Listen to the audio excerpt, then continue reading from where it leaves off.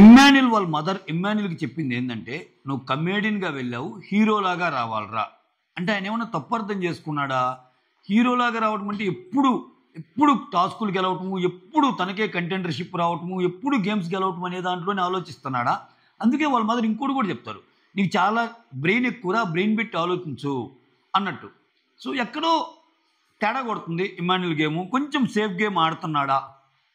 సంజన గారితో బాగున్నట్టే, అంటే సంజన గారితో మంచి బాండే ఇమ్మాన్యుల్ది, కానీ అవసరమైనప్పుడు అవసరమైన చోట సో తనకి సపోర్ట్ ఇవ్వకుండా, సో ఏదన్నా అంటే ఈ పర్టికులర్ టైంలో నీకు అవసరమా తనకు అవసరమా అనేది ఒక క్యాలిక్యులేషన్ ఉండాలిగా.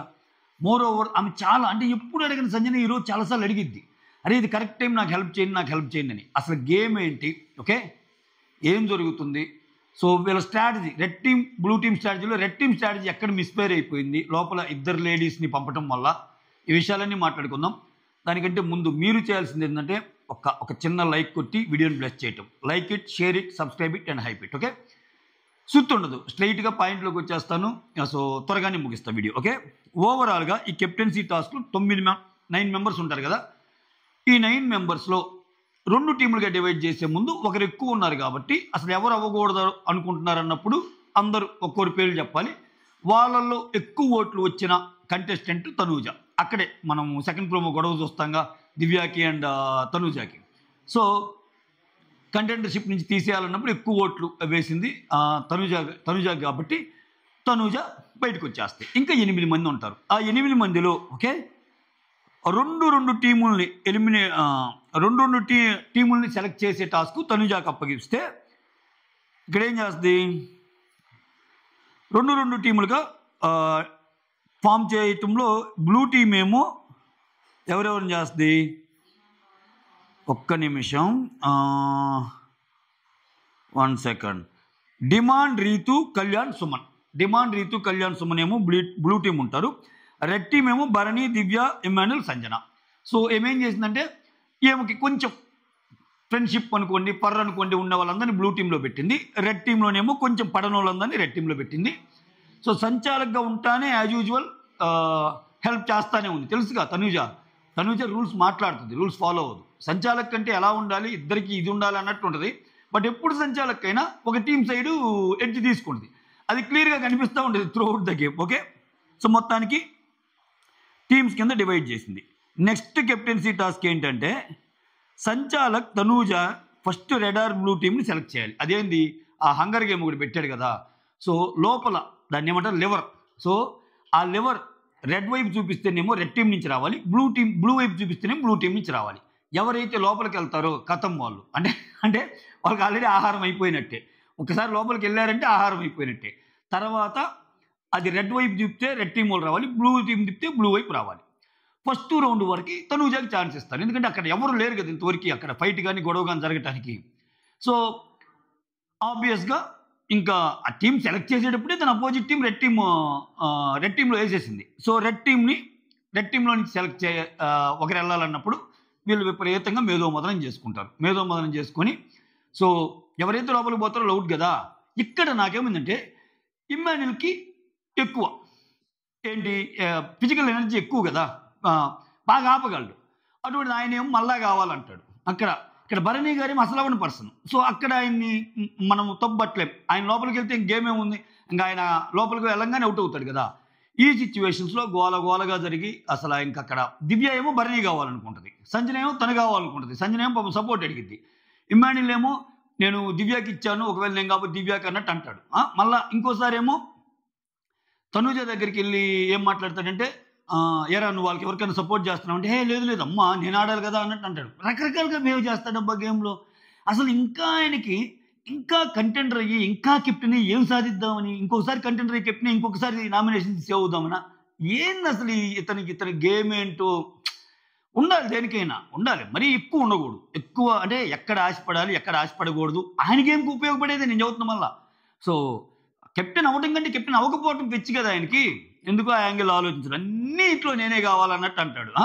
సో ఆ ప్రాసెస్లో కొంచెం చిరాకు కూడా వచ్చేస్తుంది. సో నాకు అవసరమైనప్పుడు కదా చేయాల్సింది అది ఇది అన్నట్టు వెళ్ళిపోద్ది. సో ఓవరాల్గా సంజన లోపలికి వెళ్ళిపోద్ది. ఇక్కడ సంజన ఒక్క సెకండ్ సంజన గారు లోపలికి వెళ్తారు. 1 సెకండ్. వీళ్ళు వెళ్ళేటప్పుడు కూడా ఒక ఓటింగ్ పెడతారు. ఓటింగ్ పెట్టుకుంటే రెడ్ టీం ఏంది, భరణి దివ్య 2 ఓట్లేమో ఆ సంజనకి వేస్తారు. ఆ తర్వాత ఎందుకంటే ఆల్రెడీ కెప్టెన్ అయింది కదా ఆమె. ఇమ్మాన్యుల్ ఏమో సపోర్ట్ చేయడు సంజనాకి. సో ఇమ్మాన్యుల్ కూడా భరణికి వేస్తాడు ఓటు.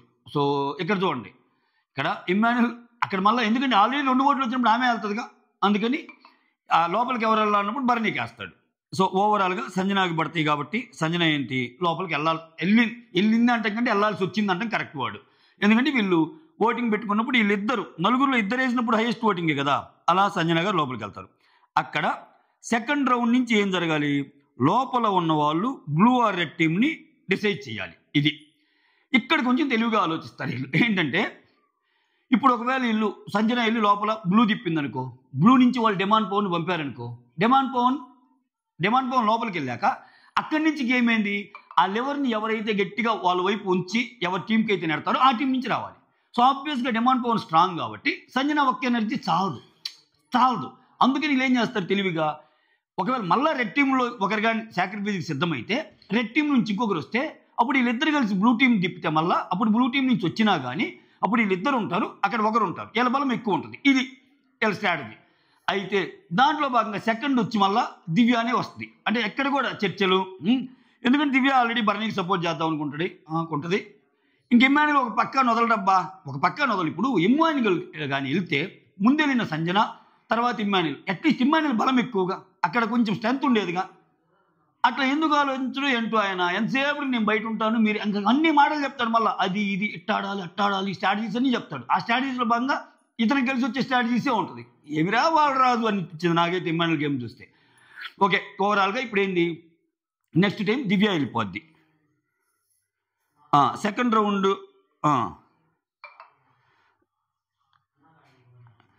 ఈ రెడ్ టీం వాళ్ళంతా ఆమెను ఇన్ఫ్లుయెన్స్ చేసి మళ్ళీ రెడ్నే చేయమంటారు. ఎందుకంటే మళ్ళీ రెడ్ వస్తే ఇద్దరు కలిసి చేయొచ్చు కదా.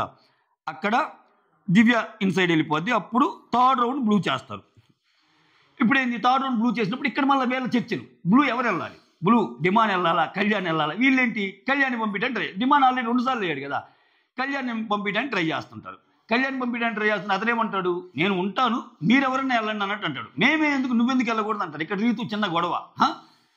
సో ముందు డిమాండ్ కానీ ఎవరైనా వెళ్ళొచ్చు కదా అన్నట్టు అంటాడు. ముందు నువ్వు వెళ్ళడానికి ఏమని అంటారు. ఇట్లా మళ్ళీ ఓటింగ్. ఇప్పుడు రీతు కూడా ఎంత మ్యానిపులేటర్ అంటే ఆమెకు అవసరం. చూడండి పాత వీడియోలు కూడా చూడండి, ఏదైనా ఓటింగ్ పెడదాం అనుకున్నది అనుకో, రీతు చెప్పిన పర్సన్ రాదు ఓటింగ్. అసలు దీనికి ఓటింగ్ ఎందుకు, ఓటింగ్ కాదు డిస్కషన్ ముఖ్యం అంటది. అదే ఏమకు ఫేవర్గా ఉన్నారనుకోండి ఓటింగ్ పెడదాం అంటారు. కోర్స్ ఒక స్ట్రాటజీ అనుకోండి, మంచి తెలివైంది అమ్మాయి ఇటువంటి విషయాల్లో. ఎందుకని అక్కడ ఉన్న నలుగురులో రీతు డిమాండ్ ఇద్దరిది 2 ఓట్లు కీలకం. ఆ 2 ఓట్లు కళ్యాణ్కి వేస్తారు. సుమన్ కూడా కళ్యాణే అంటుంటాడు. సో పాపం కళ్యాణ్ అక్కడ బలైపోయాడు. కళ్యాణ్ పాపం ఒక్కడైపోయాడు. సో కళ్యాణ్ వెళ్ళిపోతాడు. అది థర్డ్ ప్రోమో అనమాట. ఇది కళ్యాణ్ ఇప్పుడు వీళ్ళిద్దరూ పోటీ పడతా ఉంటారు కదా, వాళ్ళల్లో ఎవరైతే గెలుస్తారో, సపోజ్ ఇప్పుడు వీళ్ళిద్దరు ఆడిన ఎవరు సంజన అండ్ దివ్యని కళ్యాణ్ గారిని ఓడించి మళ్ళీ ఆయన తిప్పి ఆ లివర్ని రెడ్ వైపుకి తిప్పానుకో, మళ్ళీ ఇమ్మాన్యుల్ అండ్ భరణి గారిలో ఒకరు రావాలి. ఓకే, అప్పుడు ఏంటి, అప్పుడు ముగ్గురు అవుతారు. ముగ్గురు వర్సెస్ కళ్యాణ్ అవుతాడు. అప్పుడు మళ్ళీ ఒకవేళ మళ్ళీ ఆ ముగ్గురిని ఓడించి కూడా కళ్యాణ్ మళ్ళీ వేసాడంటే అది వేరే లెవెల్ గేమ్ అయింది. ఇంకా చూడాలి ఆ నెక్స్ట్ ఏమేం జరుగుద్ది ఏంటి, అంత కట్గా చూపిస్తున్నాడు. మీకు అర్థమైంది అనుకుంటా గేమ్ ఇప్పుడు. సో అలా ఓవరాల్గా రెడ్ టీం మొత్తం అవుట్ అయిపోద్ది. రెడ్ టీం మొత్తం అవుట్ అయిపోయాక బ్లూ టీంలో నుంచి ఒక్కొక్కరు లోపలికి వెళ్ళంగా, అంటే దీన్ని బట్టి మనకి ఏమర్థమవుతుంది, బ్లూ టీంలో మిగిలిన ఇద్దరు ఎవరెవరైనా అర్థమవుతుంది, సుమన్ అండ్ రీతు. అంటే మనం ఇక్కడ ఏం డెరైవ్ చేయొచ్చు, కళ్యాణ్ తర్వాత వెళ్ళిన పర్సన్ డిమాండ్ అని డెరైవ్ చేయొచ్చు. రీతు ఏదో ఒక రకంగా కన్విన్స్ చేసి ఉంటుంది. సో వెళ్ళుంటాడు. అంటే కళ్యాణ్తో పాటు డిమాండ్ వెళ్ళాక అప్పుడు బ్లూ టీం నుంచి వీళ్ళిద్దరు ఉంటారు. రెడ్ టీం నుంచి దివ్య అండ్ సంజనాతో పాటు ఎవరు వచ్చినా వీళ్ళిద్దరూ గట్టిగా ఆడి మిగిలిన రెడ్ టీంను మొత్తం లోపలేస్తే లాస్ట్కి ఇద్దరు మిగులుతారు. ఎవరు, సుమన్ అండ్ రీతు. సుమన్ అండ్ రీతుకి మళ్ళీ ఇదే గేమ్లో కంటిన్యూ అవుతారా, వేరే గేమ్ పెట్టారా, అక్కడ ఏం సపోర్ట్ స్పీకర్ సంచాలకు ఏదో గొడవలు జరిగినాయంట, చాలా కథలు కొన్నాయంట, అవన్నీ లైవ్లో చూద్దాం. సో ఇది matter. So that's all. Thank you so much for watching my video. Signing off me Surendra.